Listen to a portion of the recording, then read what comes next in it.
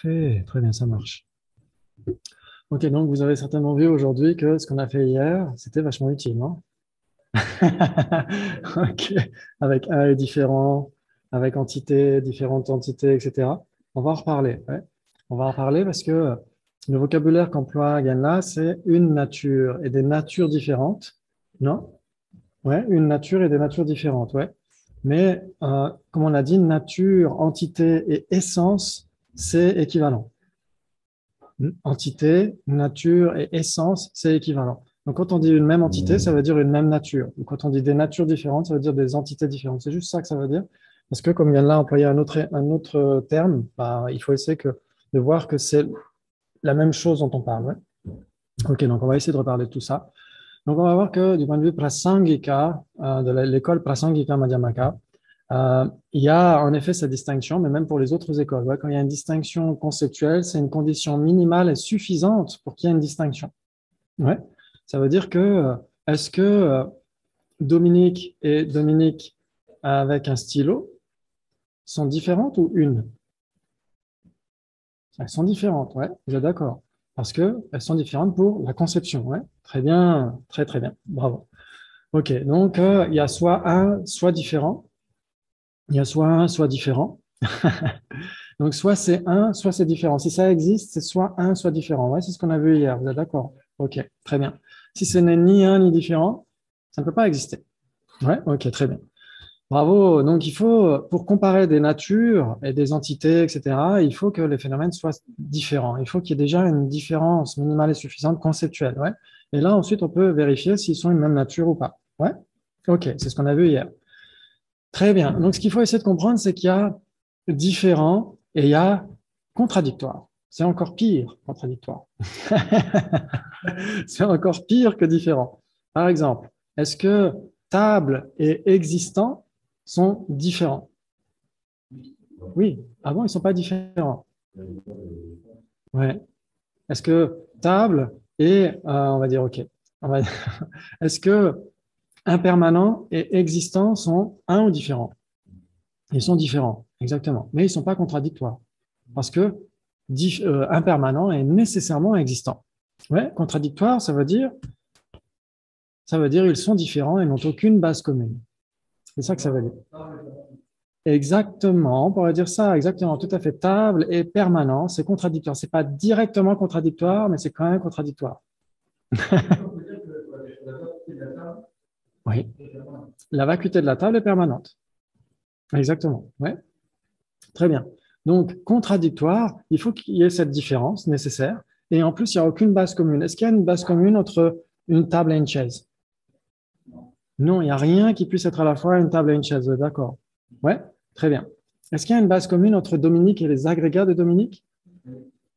Alors, quelle serait cette base commune? Est-ce que quelque chose peut être à la fois 5 agrégats et une Dominique?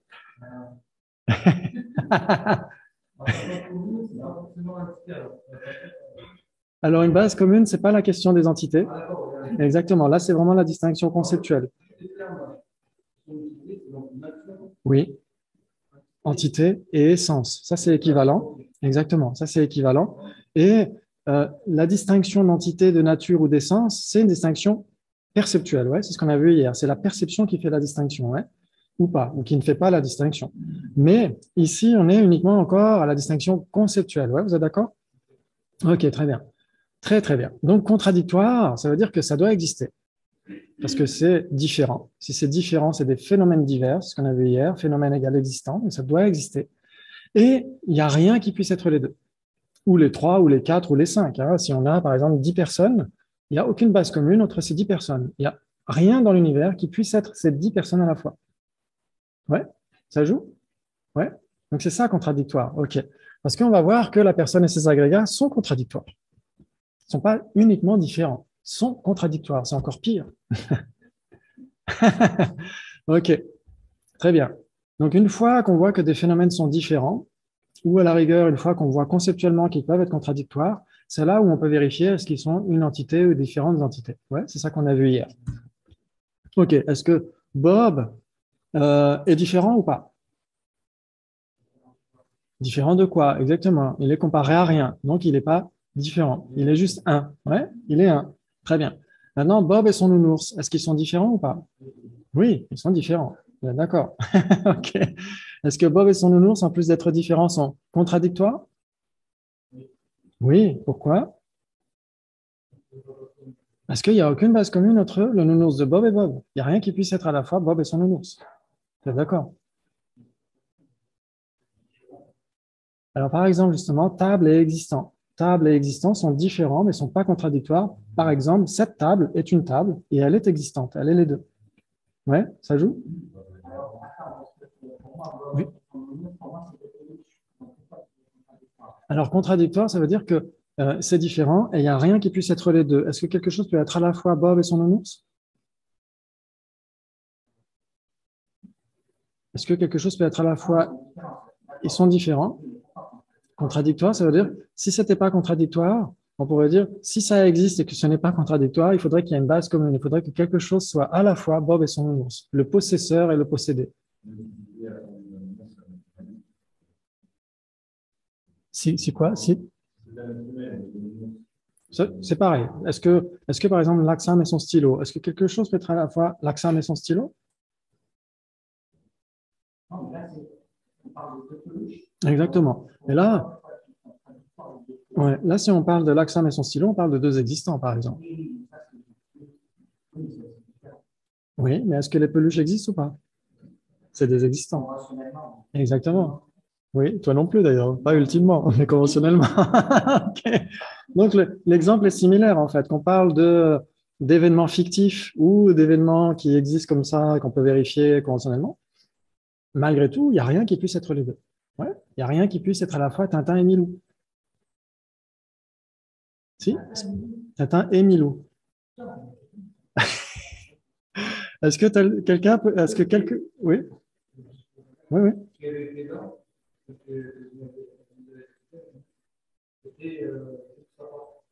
oui, oui, oui, ça aide beaucoup. Oui, ça aide beaucoup. Donc, oui,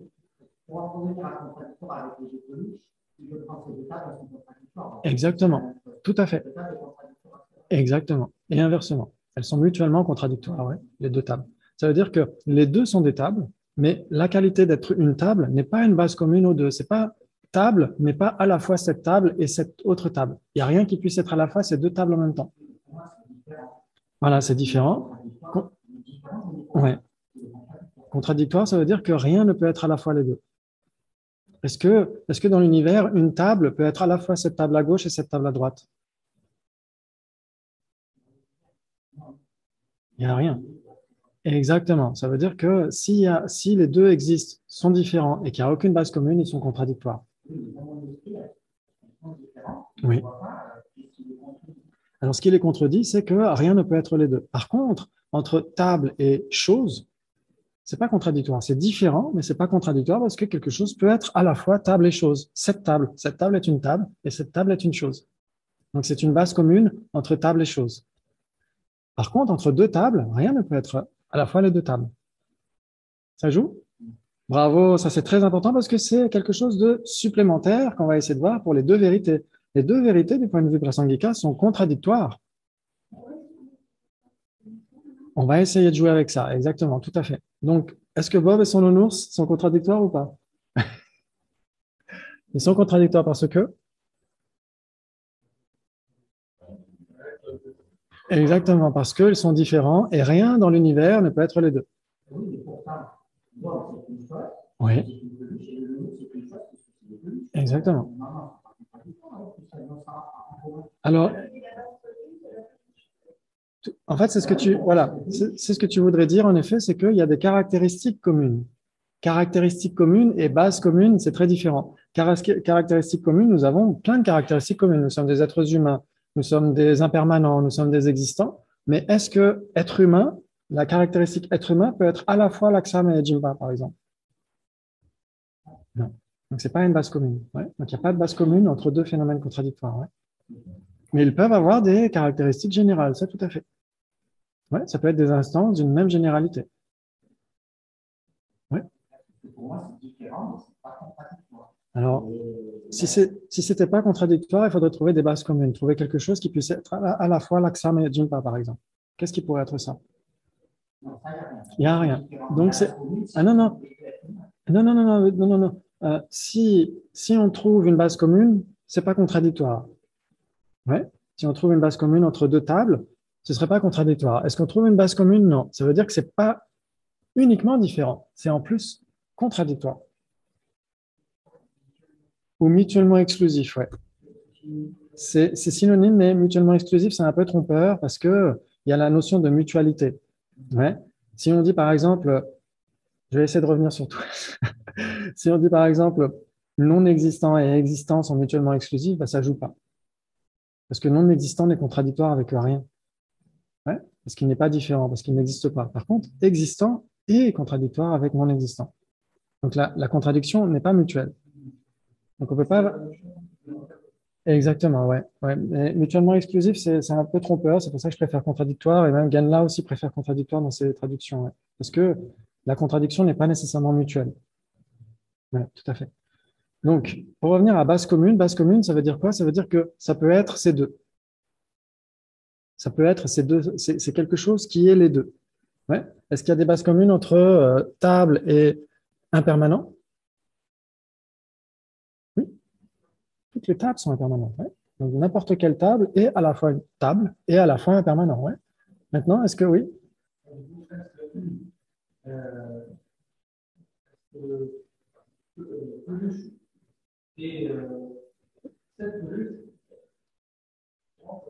Exactement. Est-ce que, donc la question du gentleman, ce qu'a dit Ganat alors, c'était trop drôle. Est-ce que peluche en général et cette peluche sont différents? Oui. Est-ce qu'ils sont contradictoires? Alors, s'ils sont contradictoires, il n'y a rien qui puisse être à la fois les deux, peluche et cette peluche. C'est-à-dire que cette peluche n'est pas une peluche.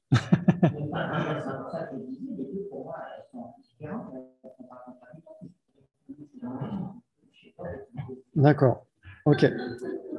Alors, peut-être que mon exemple n'est pas très bon, donc on va changer d'exemple. OK.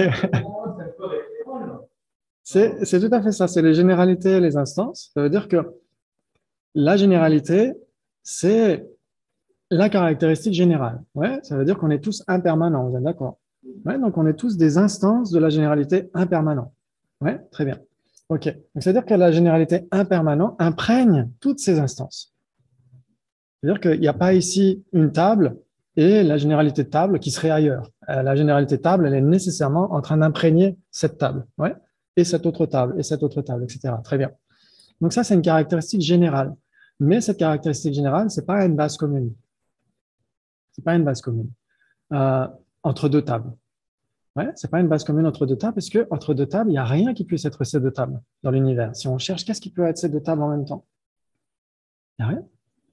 Ouais, soit c'est la table à droite, soit c'est la table à gauche, soit c'est la table du temple, soit c'est la table à l'extérieur du temple, etc. Mais rien ne peut être ces deux tables en même temps. Ouais.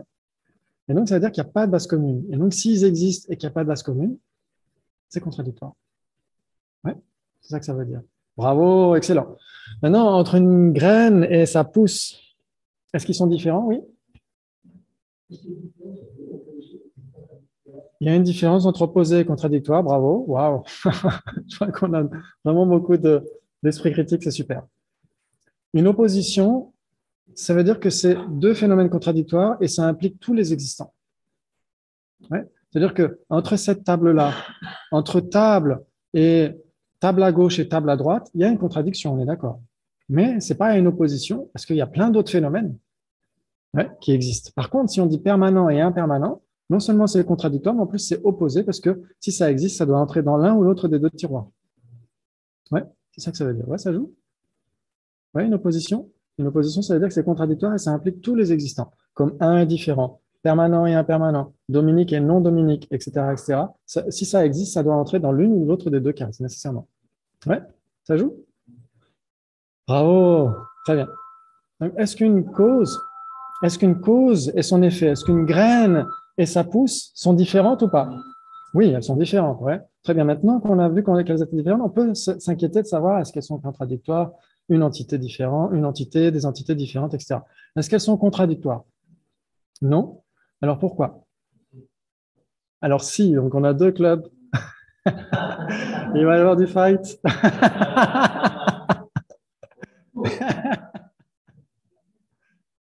Oui, pour Benjamin, c'est un peu facile parce que bon, il a suivi beaucoup de classes. Parce que l'un ne peut pas exister sans l'autre. Alors ça, c'est très, très intéressant. Très intéressant. Très intéressant. Donc, en effet, si deux phénomènes sont liés, c'est-à-dire que l'un ne peut pas exister sans l'autre. Si deux phénomènes sont liés. Mais tous les phénomènes ne sont pas nécessairement liés entre eux. Est-ce que cette table à gauche et cette table à droite sont liées? Non, parce que ce qui arrive à l'une laisse totalement l'autre indifférente et inversement. Ouais, donc elles ne sont pas liées. Très bien. OK. Et donc, si deux phénomènes sont liés, soit c'est de manière causale, soit c'est par la même entité. Donc, il y a uniquement ces deux relations, ce que dit Acharya Dharmakirti. Donc, si deux phénomènes sont liés, s'ils entretiennent une relation, soit c'est causal, soit c'est de même entité.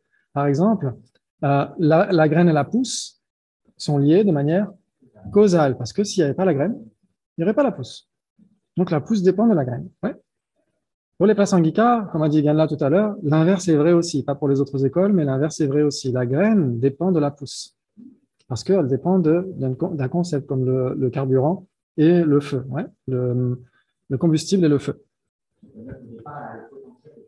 Exactement, c'est parce que on anticipe ce que va donner cette cause. Ouais. On va dire que la définition d'une cause, c'est ce qui produit.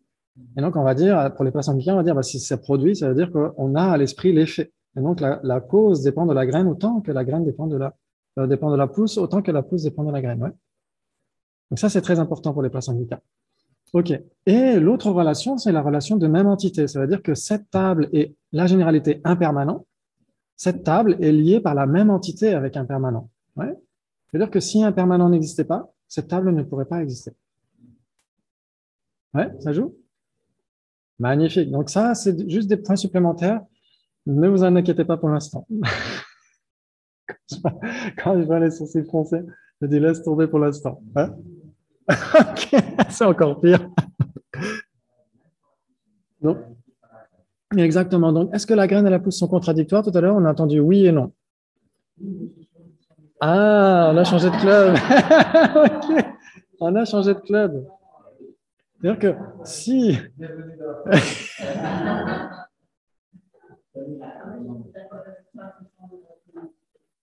Alors, une entité, oui, oui. Et une entité, qu'est-ce qu'on avait dit hier? C'est du point de vue de la perception. C'est la perception qui distingue est-ce que deux phénomènes sont une même entité ou deux entités. Là, on est, par rapport à différents contradictoires, c'est encore que la conception, ouais? Ouais? D'accord. Maintenant, pour l'entité, on va essayer de voir ça. On va essayer de voir... Ah, pardon? Table et impermanent, est-ce que sont une... Alors, là, c'est la relation de même entité. C'est pas la même chose qu'être une même entité. Ouais. Donc, la relation de même entité, ça veut dire que si table, donc table est différente d'un permanent, et si un permanent n'existe pas, table ne peut pas exister. Ouais. Ça veut dire que table est assujettie à l'existence d'un permanent. C'est ça que ça veut dire, la relation de même entité. Ouais. Ah non, non, du tout. Du tout, c'est pas la même chose. Non, exactement. Ça veut dire que la généralité, elle, c'est le boss, en fait. Les instances sont dépendantes de cette généralité. Si la généralité cesse d'exister, si la généralité table cessait d'exister, toutes les tables, soudainement, cesseraient d'exister. C'est ça la relation de même entité. Ça veut dire que les instances sont liées par la même entité à leur généralité. Ouais. Ça, c'est la relation de même entité. En plus de ça, table et cette table sont une même entité. En plus de ça, c'est-à-dire qu'en plus d'être la table est reliée par la même entité à table, parce que si table cessait d'exister, cette table cesserait d'exister. Ouais. Ouais. Par exemple, on va dire.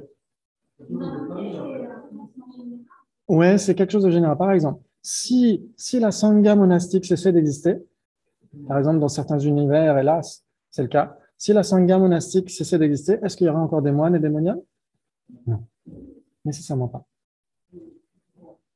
C'est-à-dire qu'on a la généralité, et les moines et les moniales sont les instances de cette généralité. Si la généralité cesse d'exister, il n'y aura plus d'instance.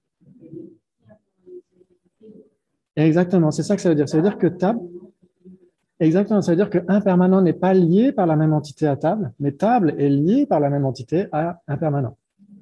Ouais, exactement. Un permanent est souverain et la table est le sujet, exactement. Donc ça veut dire que la table est assujettie, elle est liée par la même entité avec un permanent, mais un permanent, lui, ne se préoccupe pas de table. Si les tables cessent d'exister, est-ce qu'un permanent continue? Oui. Ouais. Donc ça veut dire que la table est liée par la même entité à un permanent, mais un permanent n'est pas lié par la même entité avec table. Par contre, les deux sont une même entité. C'est là où il y a une différence. C'est que les deux apparaissent à une même perception directe et n'apparaissent pas séparément. C'est ça que ça veut dire. Ouais. Donc il y a une distinction fondamentale entre ces deux. Être lié par la même essence ou lié par la même entité et être la même entité. Ouais. Ou même nature. Mo, c'est en effet, Mo, ce serait on pourrait dire, ce serait Moochik, ce serait l'entité. Rangshin, c'est la nature. Et Dagni, ce serait l'essence. Ouais, donc c'est équivalent. Ouais, Dagni, Rangshin, Mo. Exactement. Le problème, c'est que si on dit nature, si on garde à l'esprit nature, le problème, c'est que si on parle des deux vérités, on va dire la forme et le vide et la forme, etc., on va dire elles sont une même nature. Mais la Kappa a dit non, ce sont deux natures. Ce sont deux natures différentes qui sont une même entité. Ouais, donc, si on dit qu'elles sont une même nature, ça voudrait dire que la vacuité égale à la forme et la forme égale à la vacuité. Donc, c'est dangereux de dire nature si on compare les phénomènes par rapport à la perception. C'est juste ça, c'est pour ça que moi, je préfère parler d'entité. Et après, quand on dira bah, la vacuité et la table sont deux natures différentes parce qu'elles sont observées par deux types de conditions valides différentes, dans ce cas-là, oui, on dira que ce sont deux natures différentes, mais qui appartiennent au même objet, qui sont une même entité. Parce que la Kappa dit non, c'est pas juste deux perspectives, les deux vérités. C'est deux natures, c'est pas que deux perspectives. Ouais. Certains se sont trompés en commentant ça et en disant bah, c'est deux perspectives. Non, non, non. Donc c'est vraiment deux natures, les deux vérités. Donc c'est pourquoi moi je parle d'entité, pour être sûr de ne pas mélanger les choses. OK. Exactement. Les deux natures, que sont une nature ultime et une nature conventionnelle, sont une même entité. Pourquoi? Parce que si elles apparaissent à une même perception, elles n'apparaissent pas séparément. C'est-à-dire qu'un Bouddha perçoit la table et perçoit la vacuité de la table, là où se trouve la table, pas à l'extérieur du temple. Ouais. Magnifique, ça c'est très important.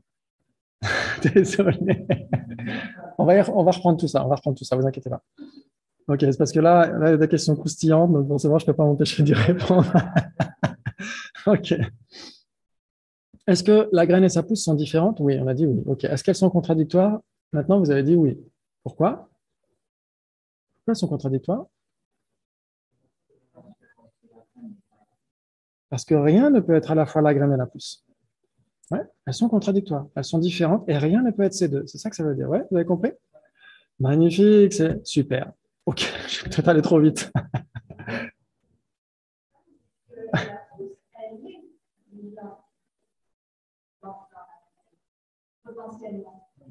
Ah, ça c'est les samkhya. C'est les samkhya. Les samkhya vont dire ça. On va dire que, en effet, le potentiel de la pousse est dans la graine, mais le potentiel de la pousse et la pousse, est-ce que c'est la même chose? Par exemple, nous, on a le potentiel de l'éveil. Est-ce qu'on est éveillé pour autant? Donc, c'est vraiment différent. Ah, exactement. Tout à fait. Si on prend une graine et qu'on la met dans un musée, dans un écrin, est-ce qu'elle va donner une pousse? Non. Exactement. Tout à fait. Bravo, bravo. Maintenant, est-ce que la graine et sa pousse sont une même entité ou des entités différentes? Donc, essayez de vous souvenir que c'est la perception dans ce cas-là qui fait la distinction. Ouais, c'est plus la conception. Est-ce qu'elles sont différentes entités ou une entité? Parce que là, c'est plus simplement différente. Hein. Est-ce qu'elles apparaissent séparément ou est-ce qu'elles n'apparaissent pas séparément? Elles ne peuvent pas apparaître en même temps. C'est pas possible, donc elles apparaissent nécessairement séparément. Ouais, ça joue? Voilà, quand il y a la graine, il n'y a pas encore la pousse. Quand il y a la pousse, il n'y a plus la graine. Ouais, donc elles apparaissent séquentiellement, ouais, donc séparément. Donc elles sont des entités différentes. Ouais, ça joue? Excellent. Bravo.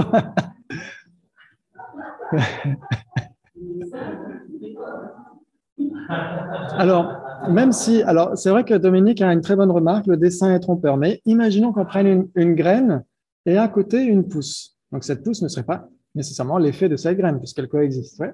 On prend une graine, par exemple, dans un pot, on met plusieurs graines pour faire germer des haricots, par exemple. Là, il y a encore une graine qui n'a pas germé, et là, il y a une graine qui a germé, qui a donné une pousse. Ouais. On a ces deux-là. Est-ce qu'elles apparaissent séparément ou pas à la perception directe? Ah bon? Elles n'apparaissent pas séparément. Ça veut dire que à gauche, elles apparaissent séparément, ouais. Donc, ça ne change rien. Qu'elles coexistent ou pas, de toute façon, ces deux objets apparaissent séparément. Elles sont de toute façon des entités différentes.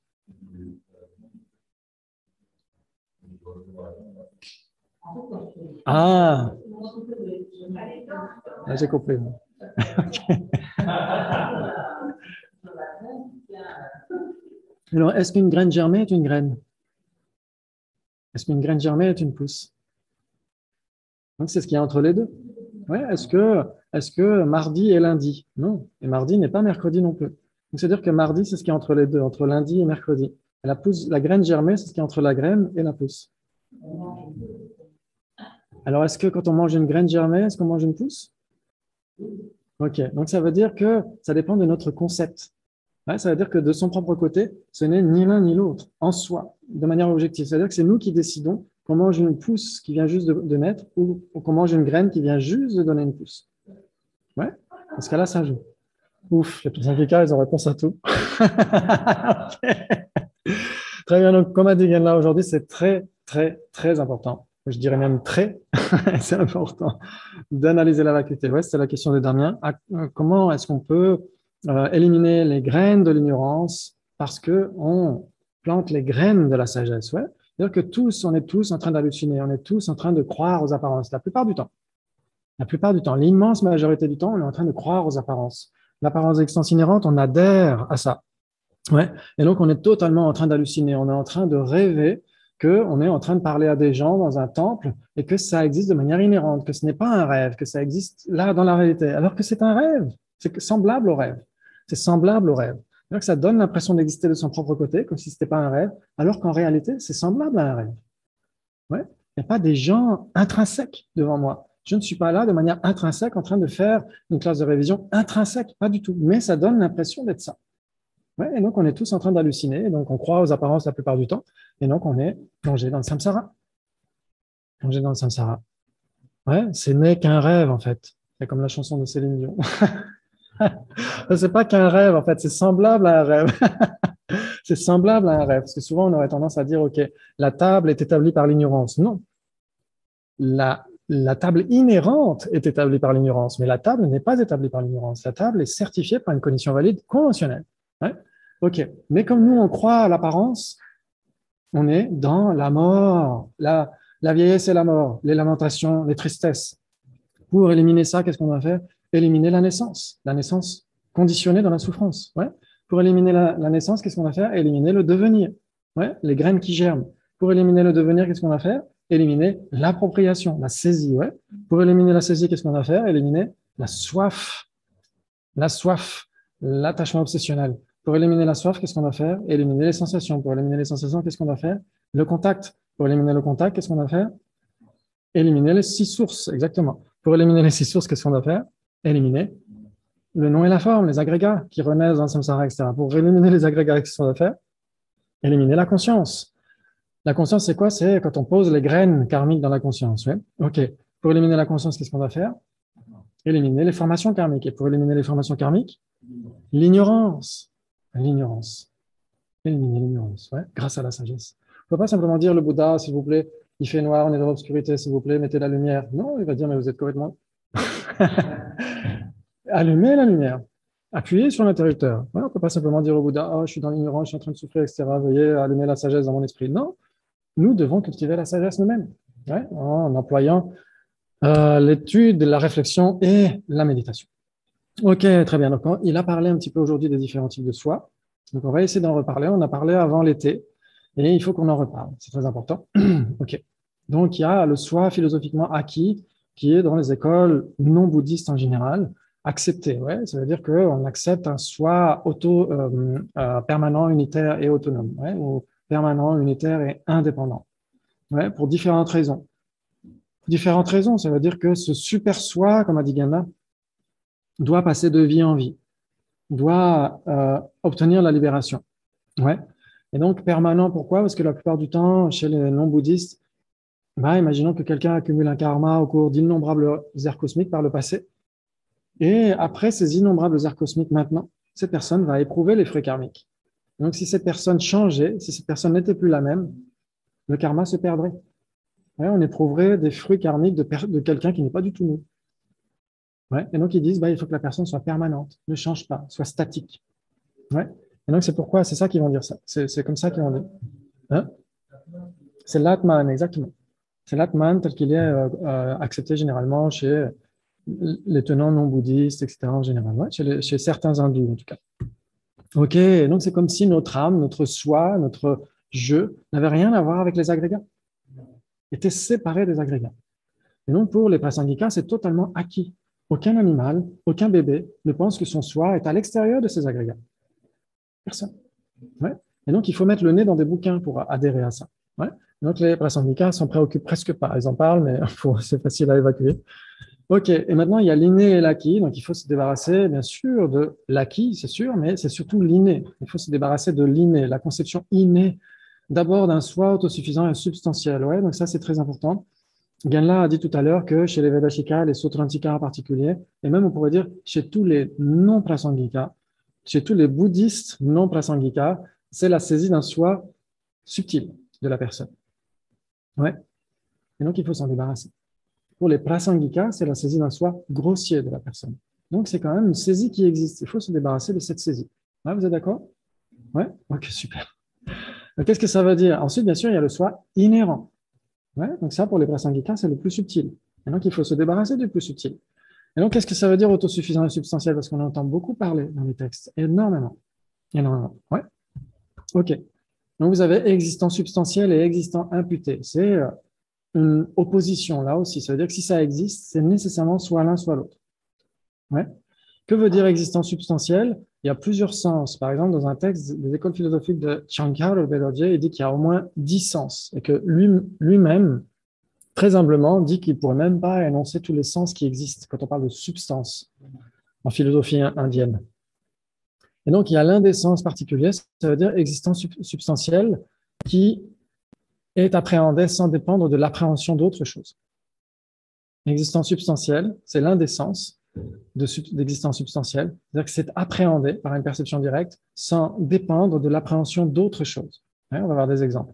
Et existant imputé, bien sûr, c'est le contraire. C'est-à-dire que ça peut être appréhendé par une perception directe en dépendance de l'appréhension d'autre chose. Ouais. Ok. Par exemple, est-ce que le temps est impermanent ou pas? Oui, pour Hendrik, le temps est impermanent. Le temps est impermanent, pourquoi? Parce qu'il est produit. Il change d'instant en instant, ouais. Une minute est produite par plusieurs secondes, ces secondes sont produites par des millisecondes, etc., etc. Ouais. Ok, donc le temps est impermanent. Le temps est impermanent. Donc ça veut dire qu'on devrait pouvoir le percevoir directement. Ouais, ça veut dire que ça peut être normalement une condition de notre perception visuelle, ou auditive, ou olfactive, ou gustative, etc. Est-ce que le temps a une forme? Le temps n'a pas de forme. Est-ce que le temps n'a pas de forme, le temps n'est pas une forme. Ouais. Le temps n'est pas de la forme, n'est pas de la matière. Ouais. Et n'est pas de la conscience non plus. D'accord. Donc, c'est ce qu'on appelle un composé non associé. Composé non associé, ça veut dire que c'est impermanent. Et ce n'est pas de la matière. Et ce n'est pas de la conscience. Ouais. Donc, si ce n'est pas de la matière, comment est-ce qu'on peut le voir avec nos yeux? Comment est-ce qu'on pourrait l'entendre avec nos oreilles, etc., etc. Comment est-ce qu'on fait? Comment est-ce que vous faites pour voir le temps? Avec une montre. Avec une montre. Et donc, le temps est appréhendé en dépendance de l'appréhension d'autre chose, en dépendance de l'appréhension de la montre. Ouais. Et donc, c'est pas tout à fait un objet conceptuel. On a, oui, en fait, on a la notion du temps, on a le concept du temps, mais ce n'est pas parce qu'on a le concept du temps que le temps sera un concept, ouais, parce qu'on a le concept de la table. Est-ce que la table est un concept pour autant? Oui, oui. Donc on peut dire, ça veut juste dire qu'on peut conceptualiser tout. On peut tout conceptualiser. Ouais, ça veut dire qu'il y a des phénomènes qu'on doit percevoir directement et on peut penser à tout. C'est ça que ça veut dire. Mais ça ne veut pas dire que ce n'est pas parce qu'on peut penser à tout que tout ce à quoi on pense est un concept. Ouais. Ça, c'est important. Parce qu'on peut penser à une table, mais la table n'est pas un concept. Ouais. OK, très, très bien. Donc, le temps, c'est un phénomène impermanent qui n'est ni forme ni conscience. Donc, c'est un composé non associé. Ouais. OK. Et donc, on a besoin de percevoir la montre pour percevoir le temps. Parce que lui-même n'est pas de la forme, le temps. Donc, comment est-ce qu'on pourrait le voir visuellement, l'entendre auditivement? Ça, c'est pas des pléonasmes. Et le corps et la personne, c'est pareil. Comment est-ce qu'on fait pour voir une personne? Une personne, c'est impermanent et c'est pas de la forme et c'est pas de la conscience. Vous n'êtes pas votre corps, vous n'êtes pas votre conscience. Et pourtant, vous changez instant en instant. Donc, vous êtes des composés non associés. Ouais. Donc, comment est-ce qu'on fait pour voir la personne? On voit le corps de la personne, une partie du corps de la personne. Ouais. C'est-à-dire que le corps ou le visage de la personne est un existant substantiel, c'est un existant pur et dur pour les Vaibhashika et les Sautrantika. Et la personne est un existant imputé. Ouais. Mais nous, on a l'impression que c'est un phénomène substantiel. C'est pour ça qu'on a cette saisie d'un soi autosuffisant et substantiel. On a l'impression que sans voir le visage, on pourrait voir la personne. Exactement comme le chariot. Ouais. Exactement, on assimile la forme à la personne, exactement. Alors que ce n'est pas du tout la même chose. La personne ne peut pas être sa forme.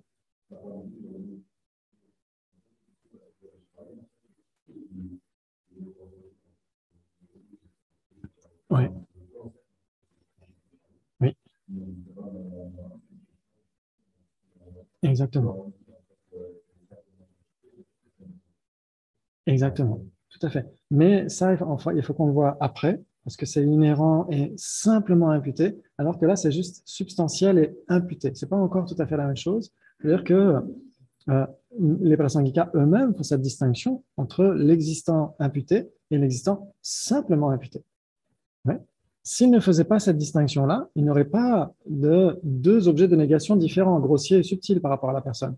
Ils diraient, bah, il suffit simplement de réfuter l'existence inhérente de la personne et ça suffit. Non, ils disent, il y a aussi la conception d'un soi autosuffisant et substantiel de la personne. Ça veut dire que, comme on le réfute, la personne doit être un phénomène imputé. Pas simplement, pas un phénomène substantiel. C'est-à-dire qu'on doit appréhender la personne en dépendance d'autre chose. C'est ça que ça veut dire, ouais. Et ça, on l'avait vu avant les vacances, donc j'espère que ça ne devrait pas être trop nouveau. Mais ça a l'air de l'être quand même, ouais. Okay. Alors, existence substantielle, le visage, le corps, une table, etc., tout ce qui peut être appréhendé sans dépendre de l'appréhension d'autre chose. Ouais, ça veut dire qu'on appréhende la table de son propre côté, non, toute seule, sans besoin de dépendre de l'appréhension d'autre chose.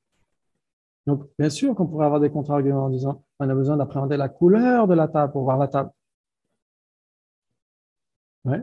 Mais la couleur de la table et la table ne sont pas des entités différentes, alors que dans la définition d'un phénomène substantiel qui peut être appréhendé comme ça, il faut que l'objet, il faudrait que la montre et le temps, par exemple, soient des entités différentes. Alors, comment ils disent? Ils disent qu'il faut un phénomène qui serait substantiel sans dépendre d'autre chose, donc qui peut être appréhensible comme ça, de manière individuelle. Ils disent qu'on doit pouvoir l'observer par une cognition valide sans dépendre de la cognition valide d'un phénomène qui serait d'une entité autre que de ce phénomène. Mais le problème, c'est que la couleur et la table ne sont pas des entités autres. Donc, il y a un petit un truc qui cloche dans la définition, qui est donné par Jepun Gomang. C'est pas très grave.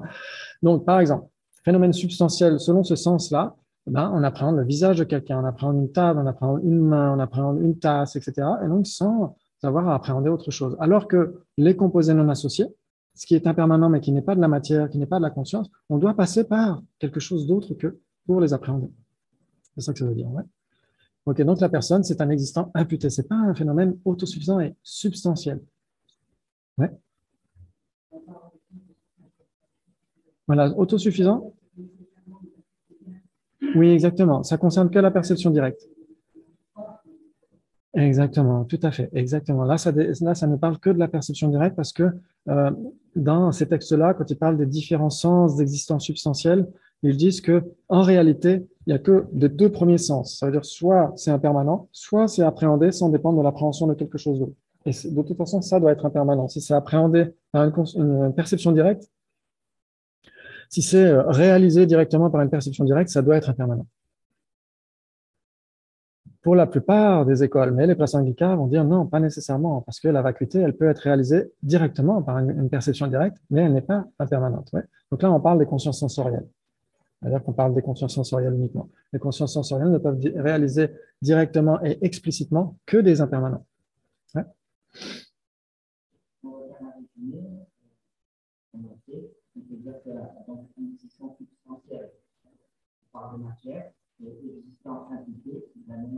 Oui, exactement. On pourrait dire ça d'une certaine manière. On pourrait dire que existence substantielle, c'est de la matière, voire même de la conscience. Par exemple, quelqu'un qui serait clairvoyant et qui percevrait l'esprit d'autrui, cette conscience est un phénomène substantiel, est un existant substantiel de ce point de vue-là. Ouais. Et les existants imputés, ce seraient des existants, en effet, donc c'est ce qui existe, et qui n'est ni matière ni conscience. Ouais. Ouais, tout à fait. Et on pourrait dire ici, de ce point de vue-là, c'est impermanent. C'est ni matière ni conscience, ouais, parce que ouais, ouais, ça joue. Bon, en tout cas, on en reparlera. Gaël, on a parlé un petit peu. Il y a un truc qui cloche dans minute, non? Oui. Alors, dans les impermanents. C'est-à-dire que l'autre jour, on a vu existant divisé en deux, permanent et impermanent, et les impermanents sont divisés en trois, ouais. Matière, conscience et composés non associés. Ouais. C'est des abstractions d'une certaine manière. Hein. Par exemple, la démocratie. La démocratie, c'est une abstraction. Ouais. La paix dans le monde, c'est une abstraction.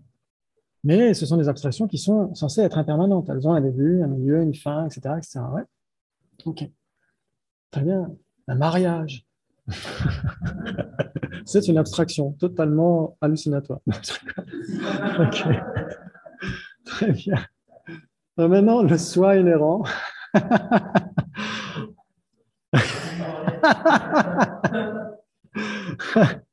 Ok, le soi inhérent. Le soi inhérent, on en a déjà un peu parlé. Ok, il faut essayer de voir que quand on parle de la personne, on la compare à quoi? À ses agrégats. Vous êtes d'accord? Ok, très bien. Donc, agrégat, skanda, ouais, skanda en sanskrit, ça veut dire agrégat, ça veut dire des tas. Nous sommes tous composés de tas. Donc, c'est ce que dit ici Jeffrey Hopkins dans Meditation on Emptiness. Les tas sont ainsi désignés car lorsque le Bouddha les enseigna, il entassa divers grains, du riz, etc., en 5 amas pour représenter les catégories des phénomènes impermanents. Et Ariana Garjuna le dit dans le Bodhicitta Vivarana, elle dit, en gros, quand on parle de phénomènes, on parle des agrégats. On parle surtout des phénomènes impermanents que sont les agrégats. Ouais. OK. Donc, c'est quoi les agrégats? C'est 5 agrégats. Vous êtes d'accord? Le premier, c'est quoi? La forme. Oui, bravo. OK. Ensuite, sensation. Bravo. Ensuite, on pourrait dire identification. Ouais. OK. L'un des 5 facteurs mentaux omniprésents avec les sensations. OK. Ensuite, facteur composé, pas uniquement facteur mental. Ouais. On va essayer de voir pourquoi. Et conscience, très bien. Donc, quand vous analysez hier, on a fait un est différent. Et là, on l'a refait encore. Un est différent, etc. Si c'est différent, c'est une entité, des entités différentes. On compare notre personne à quoi? À nos agrégats. On compare le phénomène imputé et la base imputation. Ouais. Donc, on compare la personne à ses agrégats. Donc, si on veut méditer sur le non-soi personnel, on doit comprendre parfaitement ce dont on parle quand on parle des agrégats. Parce qu'on compare la personne aux agrégats. Ouais.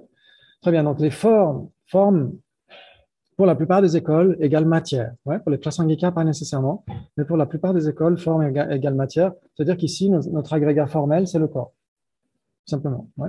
Les facultés sensorielles, etc., c'est matériel, c'est physique, etc. OK, vous êtes d'accord?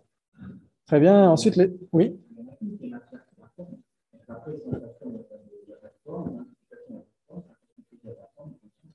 Exactement. Il n'y a que parmi nos agrégats psychophysiques, il n'y a que la forme qui est physique.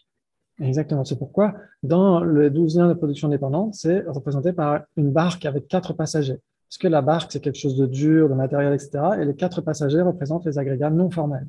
Ouais. Très bien. Donc, les autres, c'est la conscience. En général, pas que, parce que les facteurs composés ne sont pas que de la conscience. Donc, les sensations, il y en a combien? Trois types de sensations qui sont agréables, neutres, désagréables. Ouais, c'est tout simple. Après, on peut aller dans les détails, mais on n'ira pas. Ensuite, les identifications. L'identification, c'est très important. C'est pour ça que le Bouddha l'a mis dans les 5 agrégats, parce que les identifications, c'est ce qui nous permet d'identifier le haut du bas, le grand du petit, le mal du bien, etc. Donc l'identification est très importante. Parfois, en général, quand on a une affliction, notre identification est extrêmement restreinte. Extrêmement restreinte. Donc, notre boulot en tant que chercheur spirituel, c'est d'élargir notre identification. Ouais, c'est ce que disent les maîtres tibétains. Samlo Gyatso Atanwa. Penser plus vaste. Ouais, ne pas voir que l'aspect négatif de la chose, essayer de voir le paysage en son entier. Et notre identification est plus vaste, et donc, il y a plus ces sensations douloureuses. Ouais. Donc, on peut faire en sorte d'entraîner notre esprit grâce à ça. Ensuite, les facteurs composés, c'est quoi?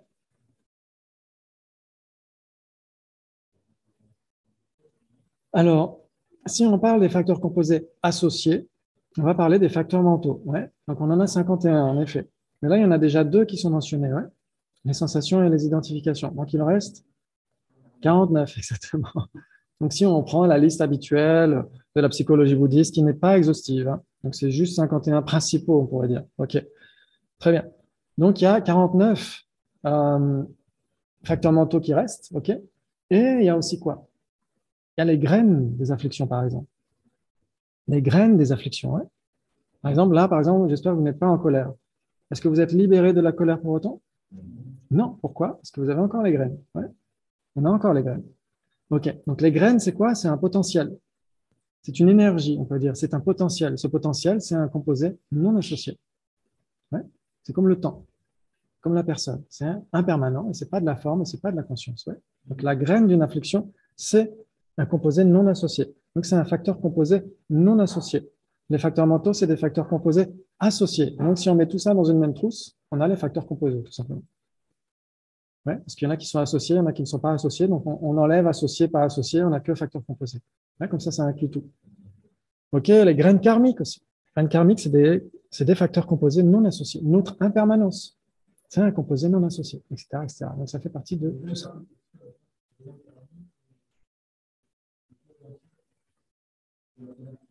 Alors, entre graines karmiques et graines des afflictions, c'est 2 choses différentes. C'est toujours des composés non associés. Mais les graines karmiques, on peut arriver à les éliminer avant d'avoir une réalisation directe de la vacuité, normalement. Ouais, ça veut dire que si on emploie les 4 forces d'opposition, ouais, le regret, la force de la détermination, le support et les antidotes, normalement, on peut éliminer une graine karmique à la racine. Il n'y a pas nécessairement besoin de réaliser la vacuité pour ça. Par contre, pour éliminer les graines des afflictions, il n'y a que la vacuité pour ça. Ouais. OK. Les empreintes, il n'y a que la vacuité qui permet de les enlever aussi. Oui, exactement. Tout à fait. Donc, c'est assez lourd ce qu'on a. Mais il y a du lourd en négatif et du lourd en positif aussi. Ouais.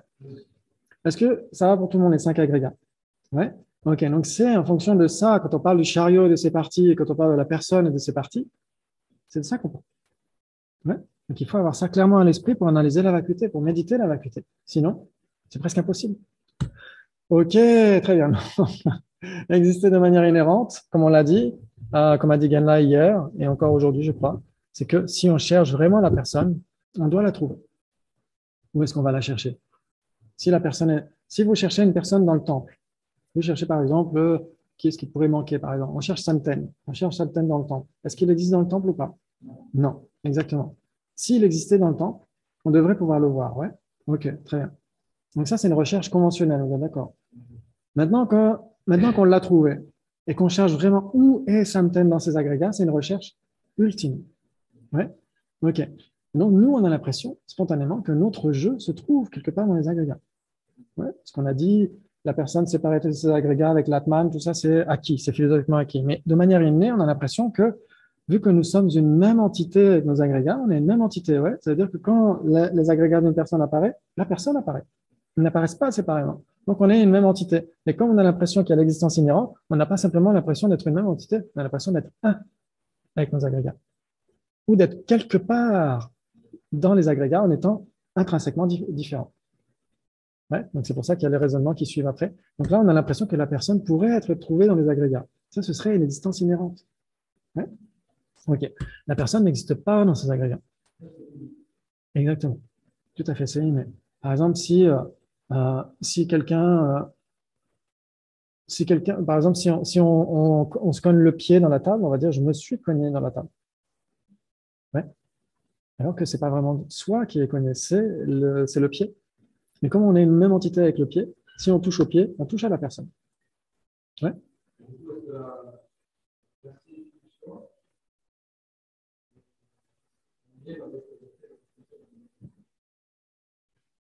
Pas nécessairement, puisque les arats, par exemple, n'ont plus la saisie du soi, c'est terminé. Mais ils peuvent encore avoir des migraines, etc. Ils peuvent encore éprouver les fruits karmiques issus du passé. Ils ne créent plus de nouveaux karmas, introducteurs dans le samsara, etc. C'est terminé. Mais ils peuvent encore éprouver les fruits. Ce que dit Lama Tsongkhapa dans le chapitre sur le karma, dans le Lamrim, que vous avez étudié. Il dit, depuis la moindre brise rafraîchissante dans les enfers jusqu'aux migraines des arats, tout cela est la fructification karmique. Ouais. OK. Très bien. Donc, la personne et ses agrégats sont contradictoires. Vous êtes d'accord? Est-ce que quelque chose peut être à la fois une dominique et 5 agrégats? Non, c'est pas possible. Donc, c'est contradictoire. C'est plus que différent, c'est contradictoire. Ouais. OK, très bien. Et donc, de la même façon qu'on ne peut pas trouver la personne dans ses agrégats, on ne peut pas trouver le serpent dans une corde enroulée. Vous êtes d'accord? C'est magnifique. Wow, bravo. Très bien. Il y a une corde, il n'y a pas de serpent. Ouais, il y a des agrégats, il n'y a pas de personne dans les agrégats. Vous êtes d'accord? Mais il y a une différence. Conventionnellement, il n'y a pas de serpent dans la corde. Conventionnellement, il y a une personne là où il y a des agrégats. Donc, il y a quand même une différence. Ouais. Donc, chaque exemple a ses limites. Ouais. Mais le fait de ne pas pouvoir trouver la personne dans ces agrégats ou à l'extérieur des agrégats, comme étant séparée des agrégats, comme étant une avec les agrégats de manière intrinsèque ou comme étant différente de manière intrinsèque des agrégats, exactement comme on ne peut pas trouver un serpent en lieu et place d'une corde. Ouais, ça joue? Ok, c'est merveilleux. Merveilleux. Donc, ce qui est intéressant, c'est que pour les prasangika, c'est un même niveau de subtilité. Quand on saisit le soi subtil de la personne ou quand on saisit le soi subtil des agrégats, c'est un même niveau de subtilité. Ouais. On peut saisir la personne comme existant de manière inhérente. Pourquoi? Parce qu'en lieu et place, tout d'abord, on saisit les agrégats. Ce que dit Ariana Gajuna dans le Ratnavali, Skandagraho Yavadastitava Devahamiti Api. Tant qu'il y aura la saisie des agrégats comme existant de manière inhérente, il y aura la saisie de la personne comme existant de manière inhérente. Ouais. Donc, ça veut dire que si on a la saisie du soi personnel, c'est parce que en premier lieu, on a la saisie de nos agrégats comme existant de manière inhérente. Ouais. Et donc, à cause de ça, il va y avoir tout le reste. Ouais, les 12 liens, etc. C'est très important. Donc, il faut analyser les agrégats aussi. Ne pas s'arrêter au soi de la personne. C'est pourquoi le chapitre dans lequel on est entré va ensuite expliquer le non-soi des phénomènes. Il faut aussi réaliser que la conscience en particulier est vide d'existence inhérente. Et ça, c'est passionnant ensuite pour le Mahamudra, pour le Tantra, etc. Ça, c'est passionnant. OK. Donc, il n'y a pas d'agrégat dans leur propre partie. Il n'y a pas la forme comme dit Shantideva dans le chapitre 9. Il n'y a pas le corps dans les doigts, les mains, les pieds, les orteils, etc. Impossible. Le tout ne se trouve pas dans ces parties. Ouais. Ok, c'est magnifique. Et donc, on a le raisonnement septuple qui découle de tout ça. Ouais. Comme a dit là, on peut s'arrêter aux deux premiers types de raisonnement. Est-ce que la personne serait intrinsèquement une ou intrinsèquement différente de ces agrégats? Ni l'un ni l'autre. Et donc, il n'y a pas de personne intrinsèque. Ouais. Ok. Exactement. Bravo. C'est comme le chariot et c'est parti. Ou c'est comme le vélo. De nos jours, on prendrait plutôt un vélo. OK. Qui voit un vélo et qui voit plusieurs parties du vélo? Vous voyez plusieurs parties. OK. Alors, il y en a qui voient un vélo. Donc, qui a tort et qui a raison? Les deux, sans doute. Pourquoi? Parce que c'est une perception. OK. OK.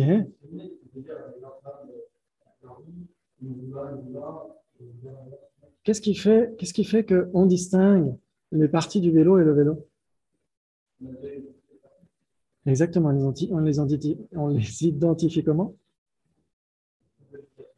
À cause d'une imputation, exactement.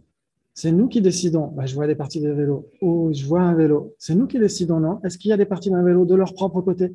Ou est-ce qu'il y a un vélo de son propre côté? Non, c'est nous qui décidons. Si ça décide de nous, si ça décide d'un sujet, ça n'existe pas de manière objective.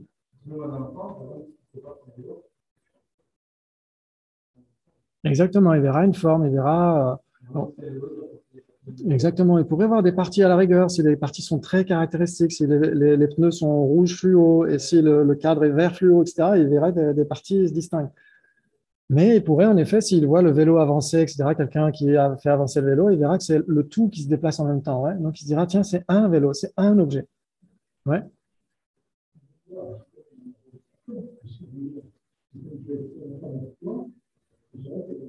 Exactement. Ça veut dire que pour la première fois, ce n'est pas nécessaire. On perçoit un objet. C'est comme quand Christophe Colomb est arrivé en Amérique. L'Amérique avait déjà été découverte par les Indiens, mais on va dire qu'il l'a découverte et qu'il a donné le nom. Mais là, la base imputation et le phénomène imputé, c'est pas obligatoirement coexistant. C'est ça que ça veut dire. Comme le carburant et le feu, comme a dit Egan là tout à l'heure. La relation, la dépendance, si vous voulez lire la strophe 11 du chapitre 10 de Arya Nagarjuna, du traité du milieu, ça explique magnifiquement tout ça. C'est-à-dire que pour que quelque chose puisse dépendre d'autre chose, il faut que ce soit établi en premier lieu. Il faut que ce soit établi. Mais si c'était déjà établi en premier lieu, quel besoin a-t-il de dépendre? Parce que ce serait un établissement inhérent. Donc ça, cette strophe, moi, je trouve qu'elle est exceptionnelle. Donc ça veut dire que la dépendance entre le phénomène imputé et la base d'imputation, même si on ne sait pas que c'est un vélo, on voit une base d'imputation, ouais, mais on ne sait pas encore que c'est une base d'imputation. Ouais, c'est-à-dire qu'on peut réaliser quelque chose sans nécessairement tout connaître de ce truc-là. Ouais. C'est après qu'on dira, ah tiens, c'est un vélo, ah tiens, c'est l'Amérique. Mais si l'Amérique n'existe qu'au moment où on l'impute, ça voudrait dire que Christophe Colomb n'a pas mis le pied sur la plage. Il a mis le pied et il est tombé dans l'eau. Mais s'il a mis le pied sur la plage, c'est que la base d'imputation devait exister là. C'était déjà l'Amérique, mais à antériori, on pourrait dire.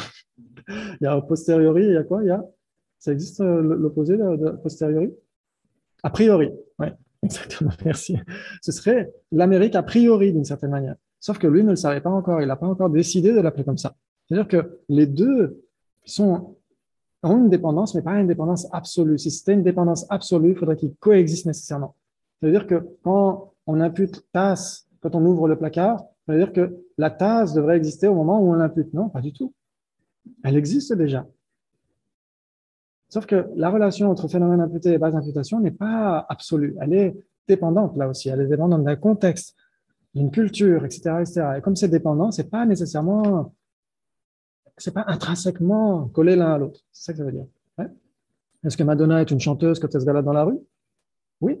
Elle n'est pas que chanteuse quand elle est sur scène. Ouais. Cool. Bravo, bravo. Ok, on a terminé pour aujourd'hui. C'est magnifique, bravo. Alors là, je vous assure, grave. C'est splendide. Donc, on continuera. On essaiera d'avoir des nouvelles pour la semaine prochaine.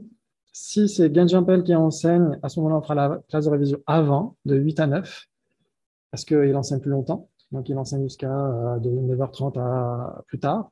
Si c'est Geshe Lossel qui enseigne, c'est Gan Lossel qui enseigne, à ce moment-là, ce sera comme d'habitude, ouais, à 11h30. Ouais, ok. Donc, vous aurez des nouvelles par rapport à ça. Merci encore 1000 fois. Merci. C'est super cool. Bravo, bravo. Demain, vous avez les enseignements. Il n'y aura pas de classe de révision, mais vous avez les enseignements. Ouais.